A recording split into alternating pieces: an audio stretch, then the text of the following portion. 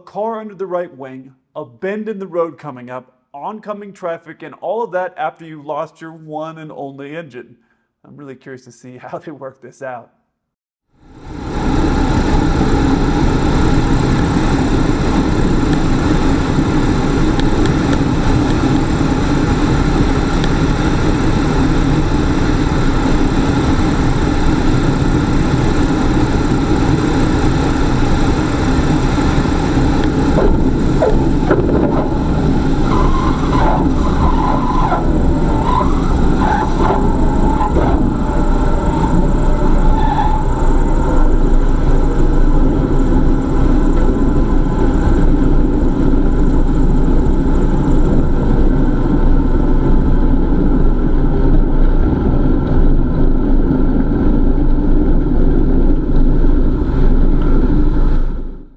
Even though this pilot lost their one and only engine, they actually had a few things that worked out to their advantage despite how bad of a situation they were in. First, you have this white car in the left lane going slower than the car in the right lane. In a lot of countries like Germany, that would never happen. But luckily for, I'm guessing the pilot's name is Vince, we are in the good old US of A. And I'm guessing right about here, the driver looked over to his left and saw some tires flying by and decided to slow down. Which honestly surprised me a little bit. I would have thought as soon as that plane landed and started sliding over to the left there, that car would have said, great, there's my opportunity, and just drove right by. Because a lot of people, it seems like now, are just really only focused on themselves and where they want to go. But that's not what happened. So I appreciate him giving some room for this pilot to let this whole thing play out. The other thing that you often hear me talk about is how important it is to land with your wings level. Now that applies mostly for a commercial aircraft, especially when you start dealing with larger aircraft like A380, 777, 747, and that's because our engines are so low to the ground, so it's really important to keep your wings level. That doesn't apply so much to a high-winged aircraft, which is what this is, and you'll see here, he actually comes down and his right tire touches down first, then the other tire and the nose come down about the same time, because he's in a bank. Listen here as he touches down.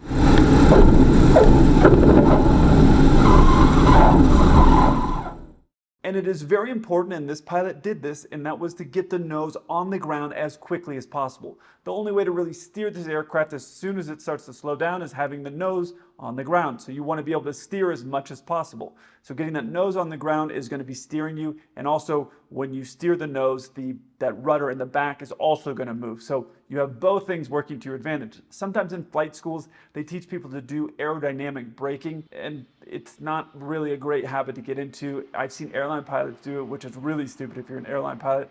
I think sometimes flight schools teach you as, hey, this is something that you can have as a tool in your tool chest, but I think a lot of the reason that they want you to do it is to save the brakes, because student pilots are beating up these planes all the time. So if they teach aerodynamic braking, at least they can save a little bit on the brake cost, but it's not something that you need to do on a regular basis. But steering these planes when they're going fast on the ground is not easy, and that's why you can hear it start skidding here.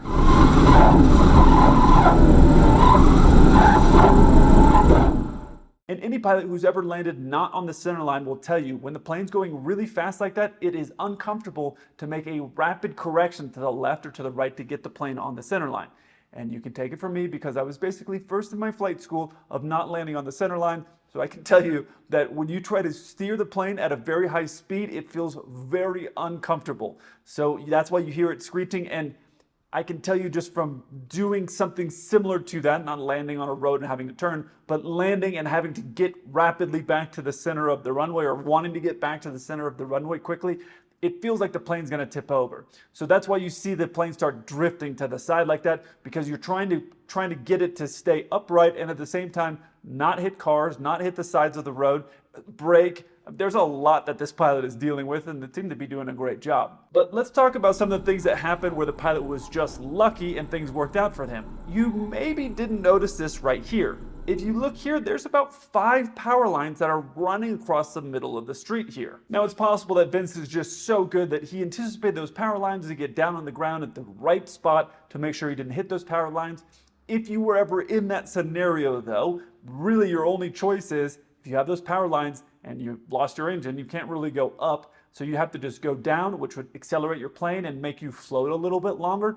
But that is a lot better than flying into the power lines. You may remember the video that I did of the pilot that flew into the power lines. This looks very uncomfortable. I already did a viral debrief on that pilot that hit those power lines, but 10 out of 10, I can recommend hitting power lines is never something you want to do.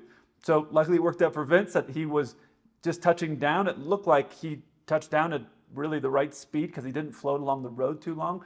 So it just worked out that he didn't have to hit those power lines. But in that scenario, if he had ducked underneath them, which would have been the right move, he just would have floated a little bit longer. There is something I'm a little bit disappointed with in this video. A lot of the cars did pull to the side, which was nice, but I'm surprised more of the oncoming cars didn't stop or try to get out of the way more. I think the ones that were moving out of the way were mostly worried about their cars being scratched. So the pilot did get lucky with a few things, like having it all work out where they come underneath the power lines, having that car that was in the left lane going slower than the car in the right lane, so you're able to have an area to land on. It was daytime, which obviously helps in something like this. So there was a lot of things that were working to their advantage. And there was one thing that I was really hoping that he was going to do, but the video cut out, so I don't know exactly if he did it or not, but that's right here. I was hoping that he was going to use his momentum to get off onto this side street so all the cars on the main road could go by. But all in all, this pilot did an amazing job. It's not easy to do all the things that you saw them do there, avoiding cars and all the things. I don't know if he got up to that side road or not, but it doesn't really matter. Now, in this video, we saw planes landing on roads with cars. In this next video, we have cars on runways with planes. Tracking 20 Charlie, you want it. Van 7, cross lane 14. Van 7, cross 1. Trust. This is in Springfield, Missouri. I actually used to fly there at the regionals all the time back in the day. Actually, this is just a side note. It has nothing to really do with this particular video, but the very first time that I flew in there, the vans will take us to the hotel. As you've seen before, the hotel will come and pick us up and we jump in and we go to the hotel. Well, the van driver, as soon as we got in the hotel van, within a minute or two, he says, "You know, Brad Pitt's from here." I had no idea about that. And he goes, "He lived one street down from my grandma and blah, blah, blah." He was just telling all this story about Brad Pitt. And we were all just quietly listening to him going like, wow, that's really crazy. I didn't know that. That was the very first thing that he wanted to let us know that Brad Pitt was from there. Now, I have texted and called Brad Pitt. He has not returned my call. So it is possible that he's just intimidated by my massive YouTube success. But anyway, so I can't confirm that that is a true story or not, that he did live close to this guy's grandma. But anyways, Springfield, Missouri, Brad Pitt, just an interesting story. Anyways, this is the airport here where all this is taking place. The plane here is on runway 14. The band is crossing here on uniform, and the camera angle is from this area over here. Now, I really have to respect these pilots here because they made a split-second decision, which was to not reject or not abort during that takeoff. They obviously saw that van that was coming across there. I'm guessing they were probably going 100, 120 knots. They were probably already past their decision speed, which is, we call it V1. That's the speed where we decide no matter what we're going to take off. They were probably already past that. However, that is not factoring in a car or a truck driving in front of you. So they were already probably past that speed or very close to it, but doing a high-speed reject has a lot of risks. The plane is designed that if it does do a reject at a certain speed, that there's only so much runway that's there. I've talked about that in some of the vlogs. We call it the stop margin. So that stop margin, maybe if they had seen that van and they tried to slam on the brakes, I think they would have missed that van because the van was already out of the way, but they made a win off the end of the runway, which could have injured a bunch of people. You know, I don't really know the specifics of how many people were in the plane and all that stuff, so it's hard to say exactly what would have happened, but making a decision to continue by, I'm guessing, looking and going, okay, they're gonna either be out of the way, which is one thing they could have been thinking, or we're gonna be able to get up in the air before we cross their path. That's the other thing they could have been thinking. There have been cases where pilots are going down the runway and they're not at their rotate speed yet. They're not going fast enough to technically rotate the aircraft and get off the ground, but they see something that's on the runway there and they make the decision, if we abort or we try to stop right now, or we're definitely going to hit that thing. So we might as well just try to get the plane off the ground. That's the best option. So that could have been the other decision. It's not an easy decision to make. I know as you're looking at this from the comfort of your home or hotel room or wherever you're at, you're thinking, oh yeah, I definitely would have taken off.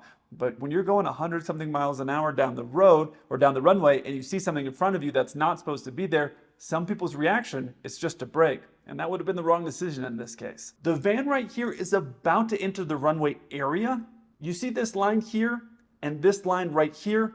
Those are the lines that you need to get permission to enter this runway area. Now, when pilots are cleared to cross a runway, we say, or even a lot of times taxiways, we'll say clear on the right and clear on the left. So I'll look out my right window and say clear right. The captain will look out his window, say clear left.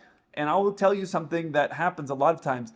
Even though the captain just said clear left, as we're getting out on the runway, if planes are landing that direction, I will usually look out that window. Even though he looked out the window, I will verify. And I often see at the side of my vision, I will see the captain do the same thing when we're crossing a runway. They'll look out their side because at the end of the day, I maybe say we're clear, but if we get hit by a plane, then we're all in trouble, right? So we do that clear left, clear right. I know a lot of police officers do it as well when they're in a high-speed pursuit. One guy will be looking out one window and one person will be looking out the other window, and they'll say clear right. So that way the person who's driving isn't having to look both directions and forward and go fast. So I don't know if they learned that from us or we learned that from them. Either way, we verify that before we get out there. So I'm really surprised that the van drivers didn't see, this is a smaller 50-seater jet, but I'm still surprised they didn't see it. There could have been a hump in the runway, which can hide a plane, which seems wild, but could happen. But how close they were, that really surprises me that they didn't see the aircraft because all their lights are gonna be on.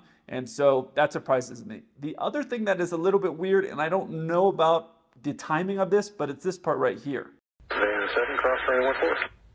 I don't know if that audio was delayed and they got that clearance to cross the runway before that audio got overlaid onto this video, because this looks like some type of security cam video. So I don't know when that happened, when that overlay happened. So it could just be that this audio is delayed, but obviously everybody's going to need permission to cross the runway, whether it's active or not active. Somebody's taking off, it doesn't matter. You always need permission. So the way the audio is overlaid on this, it's kind of like, okay, did he just get halfway across the runway and then got clearance to cross the runway? Because if that's true, they'd be in a lot of trouble. So I don't think that's the case.